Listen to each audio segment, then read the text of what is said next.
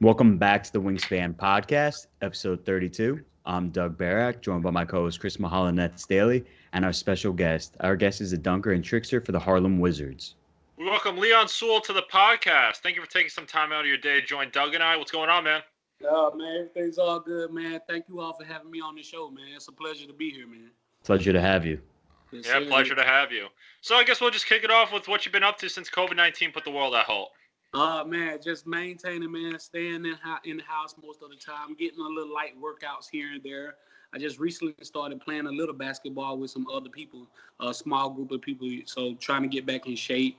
But, also just taking care of my kids, man, just taking care of the kids and staying close with family. That's pretty much it, man. Watching some basketball as well, and also jumping on 2K with Doug every now and then. We haven't done 2K21 yet, though. You have been yelling at me and Xander to play some zone in the park. We're going to get there, man. For sure. So can you talk about your journey to becoming a Harlem Wizard? Oh, man, it's been a great journey, man. What can I say, man? About 11 years ago, I joined the Harlem Wizards. I was playing with another showcase basketball team out in Colorado, and the Harlem Wizards seen me playing with them, and they just offered me a contract to come play with them, man. I've been rocking with them for 10 years now, and since COVID hit, we had to end it, this would have been like my 11th season, just starting around this time with them. But, man, becoming a Harlem Wizard, man, was great, man. After college, I just had a lot of dunk videos online, on YouTube, kind of became a YouTube sensation, and just flew from there, man. Yeah, for sure. So what did you enjoy most about being a Harlem Wizard thus far in your career? Oh, man, the most beautiful thing is, going into the communities, putting smiles on kids and family faces, leaving them with that forever lasting memory of, bringing a family together, watching a family fun event around basketball, and, also raising money for the organizations that we go in, man. We've raised over millions of dollars in all these communities combined, just to get back into the schools and back into the programs and stuff. Just basically putting back into the community, man. So, and I'm also doing something I love, playing basketball. So I love it, man. Win-win. Love to hear it. So what are some of your most memorable dunks and tricks? Oh, man, I got all kinds of memorable dunks and stuff, man. Maybe shattering the backboard. I've shattered like 10 backboards. I know that's not normal, but yeah, probably shattering backboards, man. And a lot of my trick shots, man. I hit a lot of half-court shots, three-quarter shots. Every now and then I pull a full-court shot out, man. But one of my most memorable trick shots is hitting 3 in a row from half-court, man, granny style. From the corner, man. It was like one of my most memorable videos. You can also check that out on my Instagram, HW Space Jam 23. Get a glimpse of that and all my dunks as well, man. So I don't know. I got so many. And of course, dunking in the Barclays Center with my man Doug right there. For sure. I mean, we lost because I'm a little too short to hold up the ball, but and we had fun. We also had a really great dunker going against us, Chris Staples, too. So sure. that helped out a lot. Yeah. So what goes into like prepping for all these dunks and tricks? Like how much work would you say you put in on an average day? On an average day, maybe 3 to 4 hours a day.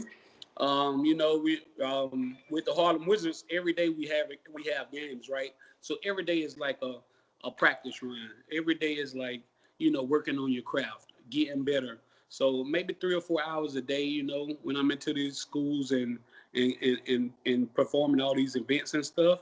But I've been doing this for 12 years, so 12 years and all those hours. So you do the math, man. So when did you start going by Space Jam? Oh, when I joined the Harlem Wizards, man, I always loved the movie Space Jam, man. Ever since I was a little kid, Michael Jordan, just inspired me to play basketball, man. North Carolina is my favorite basketball college team. All right, so I just went with that name and I just stuck with it. See, I got it tatted on me. See, it sticks. Oh, there we go. Yeah, I don't know if you can see it, but it's right there. And Leo, I gotta ask you too. Obviously, you see Shaq. He's got the tree of broken rims from all the backboards he shattered. So, where do you keep all these rims somewhere? What do you do with them, or Put do like you the just say, glass in a little yeah, vase. you Yeah. put glass in a First off, vase? first off, big shout out to my guy Shaq, man. You know, we did a couple TV shows and stuff together. Shaq is my guy. I would love to have a tree like him, but with all the traveling and stuff that I had to do while playing with the Harlem Wizards and breaking these backboards on the road, I only got a chance to keep maybe 3 rims. Also, I shattered some back. When I shattered the backboards, a couple places that I went, they collected the glass and made necklaces out of the glass. Like Oh it's a wow, diamond on the necklace. So it's that was awesome. pretty cool. So I only got the chance to keep 3 rims, man. I got them stored away in the garage, man. So I may put a tree together one day.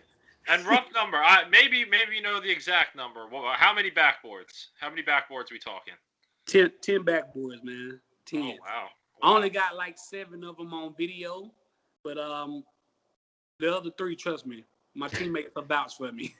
They'll vouch for me. All the fans, they'll vouch for me. They seen it. That's good. And then to transition a little bit, what was it like competing on the Dunk King for you? Oh man, that was one of the best experience ever. You know, being able to be on set with Shaq, Charles Barkley, Kenny the Jet Smith, Terrence, Julius Irvin, Nate Robinson, getting to meet all those guys and be on set with them, hanging with them, man. That was like one of the best experiences I had. You know, that's something that you always dream of when you're growing up as a kid, to be able to hang out with those type of celebrities, those type of NBA legends. And competing against some of the best dunkers in the world, man. Both seasons, I did season 1 and season 2. The first season, I think I finished top 12. The second season, I finished top 5. So it was great, man. You know, just to be able to go out there, see everybody creativity, really dunking with the best dunkers ever. I'll put that out there. I mean, they're not in the NBA, but trust me, those guys, Jordan Kilgannon, man, Guy Dupree, Jordan Sutherland, Chris Staples, man, Brandon the Worm LeCue, all those type of guys, man. I'm telling you, man, it was just a really, really great experience to be on Dunk Kings, man. That's great to hear. And then obviously you talked about Shaq, you talked about Michael playing kind of that figure in your life, growing up and watching them. But who have been some of your mentors in throughout your whole career? Throughout my whole career, man, one of the guys that I really honor, man, growing up is my uncle, believe it or not. You know, he's always been the head of my family. He always strived for the best. He came from practically nothing, you know, from Abbeville, Alabama, and he done such a great job, man. He was in the Air Force, and just his humbleness, his spirit, his good spirit, you know, and his will to just succeed in life.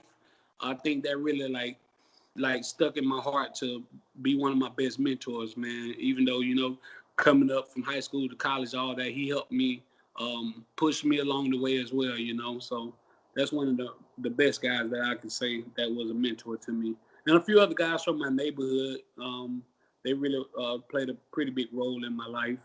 One of my best friends, Chris Porter, he played with Auburn. He had Auburn #1 in the NCAA back in early 2000s. He wore the big afro. So I think he helped push me along the way in getting into basketball as well, and just inspiring me to just go hard and I can succeed in playing basketball and see the world. And then what's some of the best advice that you received, whether it's impact towards your career or towards life in general? Kind of what is some of the best advice you've received? Um, I have to say, you know, just never give up. You know, just stay humble, stay the course, stay focused. I think that's one of the best advice I ever got from anybody in my life. You know, just believing in yourself and knowing that you're capable of doing what you're capable of doing. You know, don't let nobody else tell you that you can't. Also, my high school coach, Coach Moses Knight, may he rest in peace, bless his soul.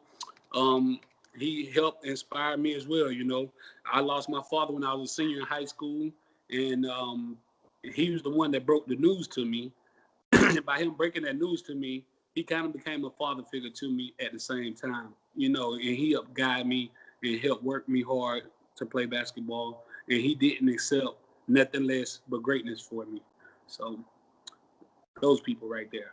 That's really great to hear. And then one question I got for you as well, at least the final part before Doug takes over. What is some of the advice that you would give to people that want to pursue a career like you? So whether it's or even take their talents to the next level of becoming a professional dunker. Just work on your craft, especially while you're young. Don't wait too late. So just stay in the gym, do your workouts, man, and don't have to let nobody push you to go work on your stuff. You don't always need someone to guide you and hype you up and stuff like that. If you want it, you'll go get it yourself.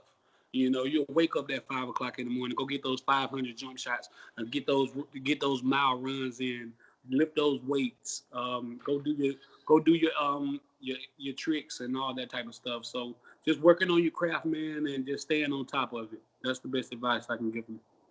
And something I realized that we didn't ask you early on is how old were you when you had your first dunk, like legitimate dunk, like a pure flush? Pure flesh. I think I was 14. Wow. I was in eighth grade. It was off an alley oop. One of my friends threw me an alley oop, and I jumped up and just dunked And that's it. on like the full rim, not On like a the little 10-foot short, rim. not the Fisher Price, like.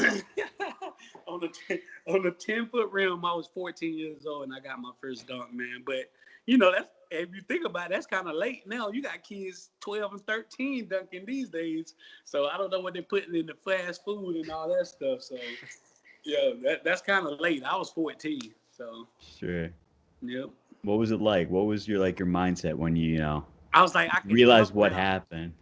After I realized I can dunk, I was like, yo, I'm the coolest guy in the school. Like, you know what I mean? It's like, yo, I'm the coolest guy in the school. I can dunk. Like, where the honeys at now? Any high school coaches around for that? Yeah, you say what? Any high school coaches around for that? Obviously, see someone that young dunking off an alley oop. I can imagine they got their clipboards out writing your name down. Yeah, one of my middle school coaches, he was our PE coach. His name was Coach Dunn. I still remember him, man, but he was like more of a football guy, so I don't think he was really impressed a lot by it. So yeah, but that was it. Coach Dunn was there. Yeah. So switching gears. So when did you begin watching the NBA, and what was one of your earliest memories of watching the league? When I first started watching the NBA, it had to be like when Michael Jordan era, So when he was running the Bulls, the Chicago Bulls, and just, dominating the game, man, just basically becoming the greatest basketball player ever that I've seen. So that Chicago era, the early '90s and stuff around there, that's when I really fell in love with the game of basketball. Yeah. And were the Bulls your favorite team, or did you kind of grow out of that momentum? I grew out of that momentum after Michael Jordan kind of faded out, and all his greater days was behind him. I became a Laker fan, and I've been a Laker fan ever since.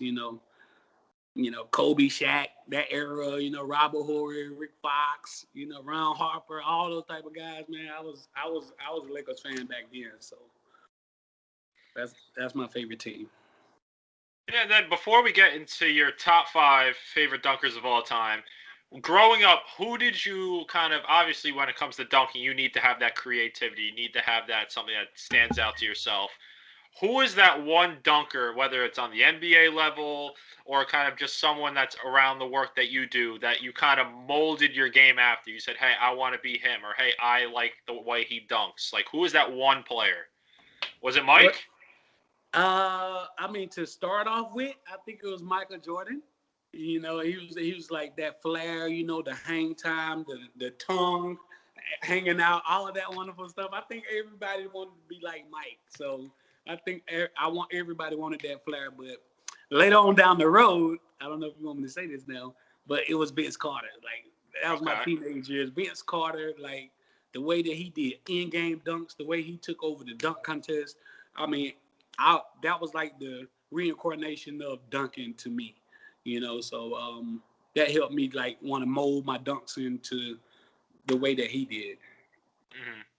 Yeah. And now let's get to the top 5 dunkers of all time. Doesn't have to be ranked. You can rank them if you want, but 1 to 5 or just 5 overall, no order. Who are they? I'm gonna try to rank them top 5 in the NBA or ever. Ever. We'll do ever. We can count ABA. We can do both. We can do both. We can do both. Okay, we can do both. All right. I'm gonna start NBA. Vince Carter's number 1. All right. Michael Jordan. Dominique Wilkins. I like that. Oh yeah, Dominique Wilkins. After that, it kind of gets rough, but I'm gonna go with my boy Jason Richardson, man. Jason Richardson was crazy athletic, and he can do numerous amounts of dunks. And I just like 2-foot dunkers, period. So him, and of course Zach LaVine. You know, that's like the new era. So Zach LaVine, and I have to throw Aaron Gordon in there too. You know, I have to throw Aaron Gordon in there too.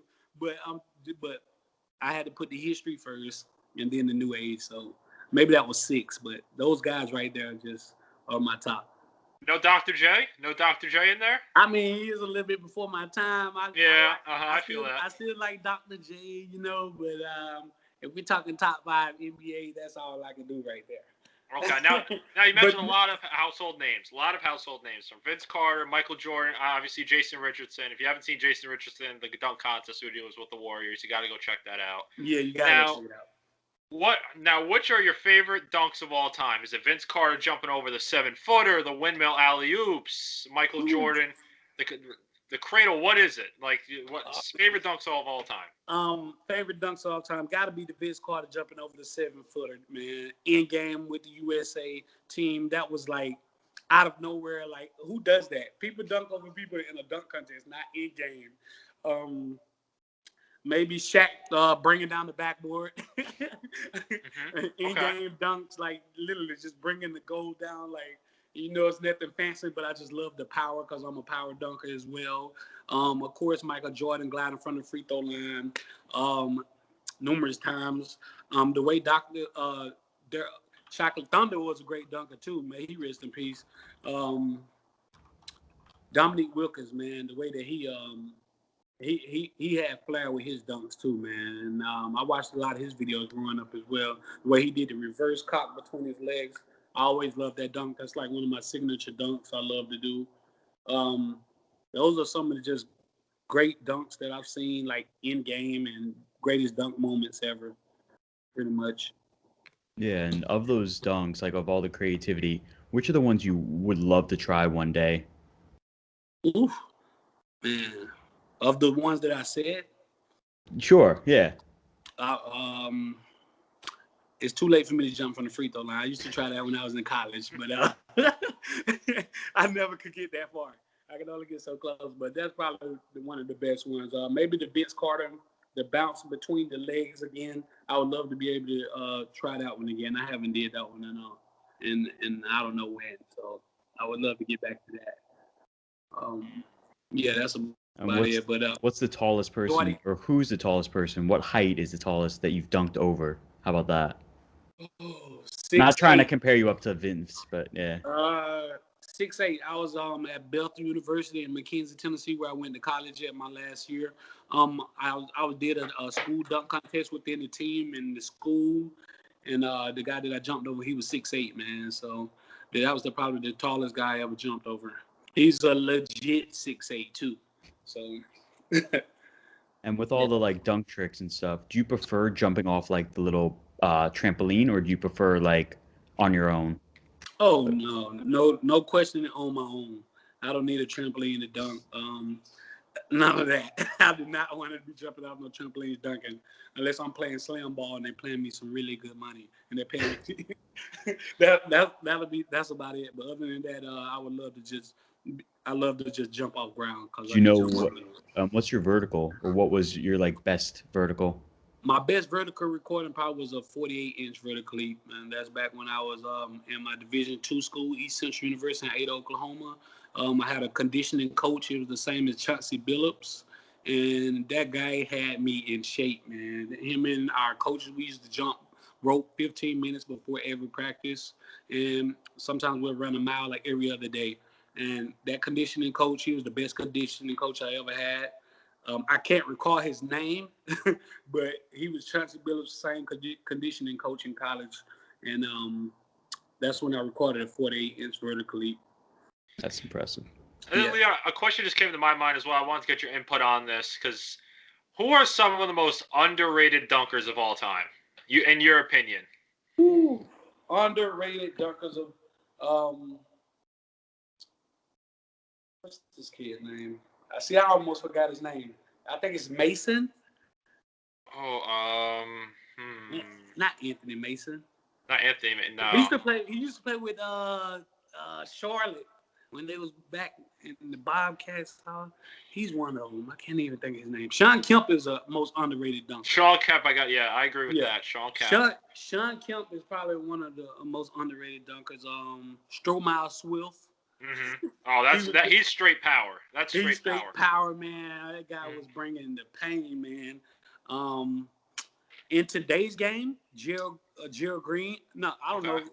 I don't know if he's underrated because everybody know he's pretty up there. You know, Gerald Green when he was a high flyer, man. But you never hear his name enough, you know. And James White, gotta throw James White. James White, I think he just had a mess up in the NBA dunk contest that one year when he was with the Knicks.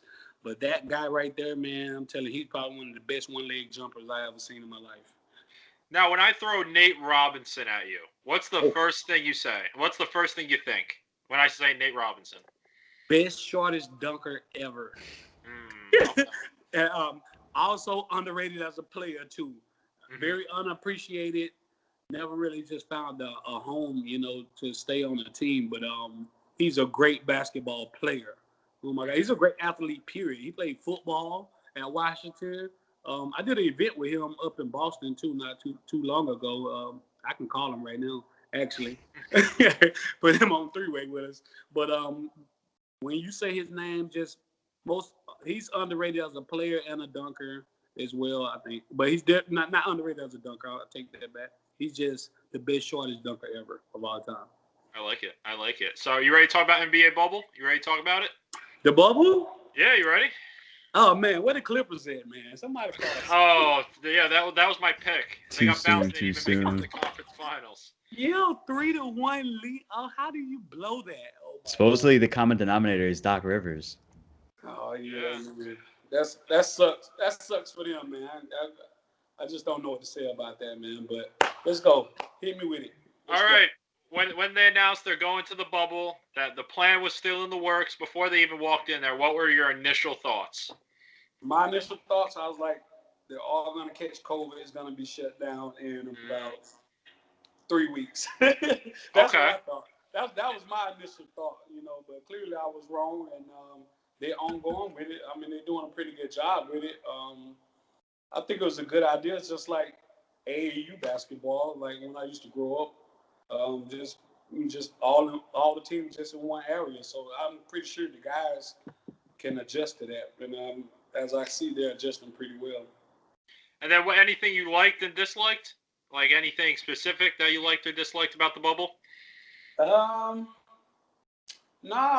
just think they did a really good job, man. I'm just glad that we still are able to watch some, you know, NBA basketball, man. So no dislikes about it at all. I mean, I still wish that they could have some fans in there, you know, more fans in there. I really like that you can get on the Skype or, you know, you could be a fan. The virtual fan, yep. Through the Zoom and stuff like that. So that was a big plus. I think I seen Bernie in the crowd. But yeah, that was awesome, man. I think that's good. And then what would it take for you to break quarantine in the bubble if you went in as a player? What would it take for me to break quarantine? Yeah, so leave the bubble. Are you getting Postmates at the entrance? What are you doing? Oh, man. Only to see family, a family emergency. Okay. I think that'll be the only reason. Other than that, I'll be pretty much in the bubble. You know, they got everything that they need there. These guys are loaded and weighted on hand and foot. So only just a family emergency, and I'll just leave it at that. Perfect. And then what are your 5 must-haves if you're going to the bubble? What are the 5 things that you're going to bring? Number 1. All right. Xbox. Okay, there we go. I'm an Xbox guy.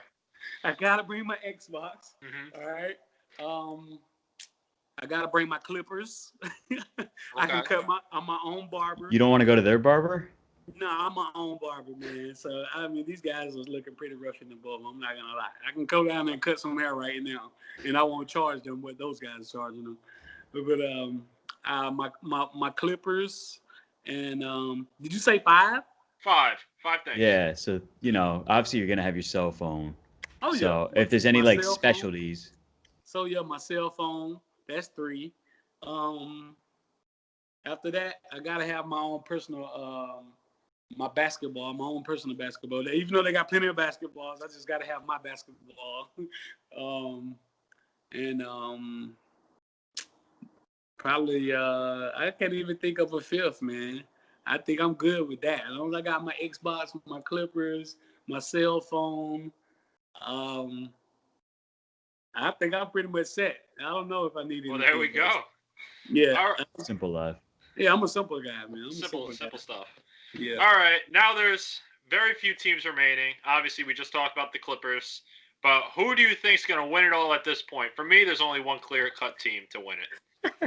Well, first of all, like I said earlier, I've always been a Lakers fan.